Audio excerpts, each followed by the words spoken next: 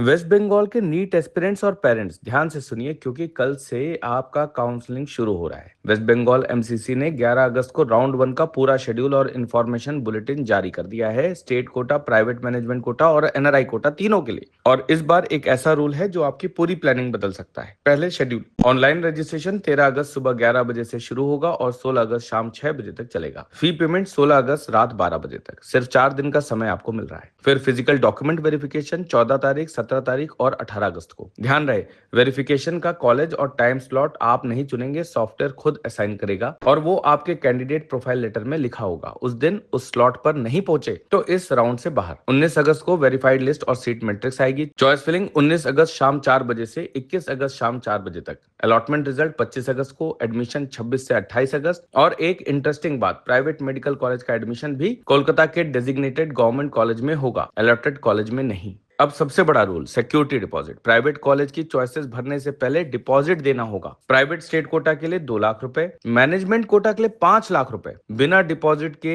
आपको choices portal पर नहीं मिलेंगी। सीट मिली तो ये पैसे फीस में एडजस्ट हो जाएंगे, सीट नहीं मिली तो रिफंड होगा लगभग फरवरी मार्च 2027 तक, लेकिन पूरी काउंसलिंग खत्म होने के बाद ही। और राउंड 2 के बाद अलॉटेड सीट पर अगर आपने रिपोर्ट नहीं किया तो पूरी डिपॉजिट आपकी फोरफीट हो जाएगी। इसलिए पहला काम, अपने कार्ड या नेट बैंकिंग की लिमिट आज ही बढ़वाइए, क्योंकि पेमेंट बिल डेस्क गेटवे से होगा।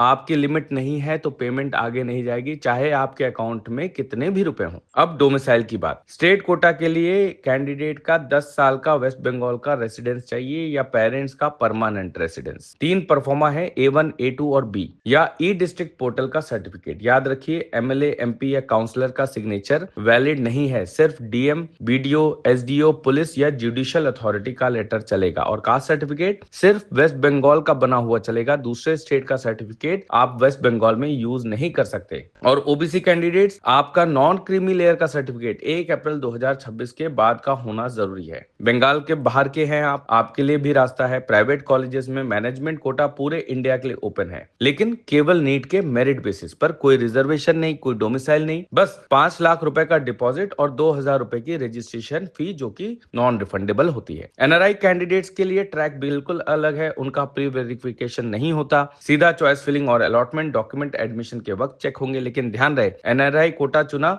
तो स्टेट और मैनेजमेंट कोटा आपके लिए बंद, और स्टेट या मैनेजमेंट कोटा चुना तो एनआरआई बंद। दोनों तरफ से आप लॉक्ड हैं, आपको एक चीज चूज करनी है। और अपग्रेडेशन, बंगाल का सिस्टम अलग है। अपग्रेड चाहिए तो पहले अलॉटेड कॉलेज में एडमिशन लेना होगा और वहीं विलिंगनेस फॉर्म देना होगा। अपग्रेड हुआ तो कॉलेज आपकी एडमिशन फी वापस कर देगा जो आप नए कॉलेज में देंगे। राउंड 1 में फ्री एग्जिट है, उसके बाद हर गलती की कीमत है सिक्योरिटी डिपॉजिट फॉरफीचर। राउंड 3 के बाद कोई सरेंडर नहीं, कोई अपग्रेडेशन नहीं।